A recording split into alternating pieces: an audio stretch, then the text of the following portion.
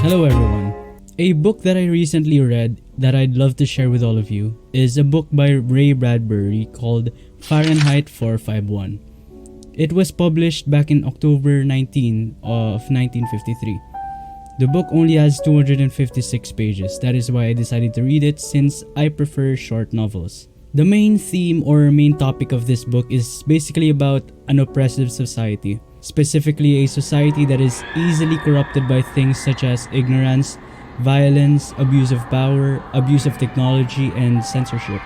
I specifically chose this book to share with all of you today, since I believe that even though this book is more than 50 years old, the book is more relevant than ever, and is a very great reflection of the current state of our society. Why? Well, to give you a gist or an introduction to the story, it is about Guy Montag, a fireman whose job is to burn books in a futuristic America-based city in which the people in power attempt to eliminate and hide all sources of information and confusion from all of its citizens. Therefore, in the novel's setting, firemen start fires rather than them putting them out. Guy would do the same thing over and over again every single day, just burning and burning books all day, along with the house that they are hidden in. Guy actually enjoys the experience of burning books.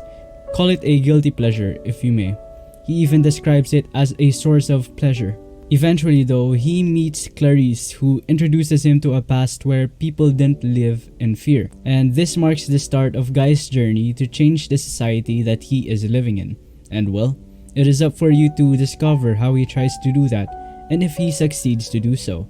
I really like Guy's character in this book, as I see him as a reflection of how not only I, but everyone may stand up for what is wrong. But eventually, we will find out that what we should really be standing up for is something else, or something better. So in conclusion, for me, the greatest strength that this book has is how, as I mentioned earlier, this book is still very relevant to our society today. As for the greatest weaknesses, I believe that this story could have ended in a better way. And if you read the book, of course, you would know how it ended. I would really recommend this book if you are fond of reading about a dystopian or political fiction.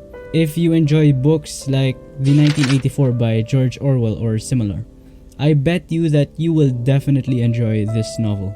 Lastly, I believe that this book can serve as a guide to anyone in becoming a responsible member of society, because, as I said, it is still very relevant. This book is a reflection of how our society functions and moves every single day. This book is definitely an eye-opener, and I really suggest everyone to read it. Thank you.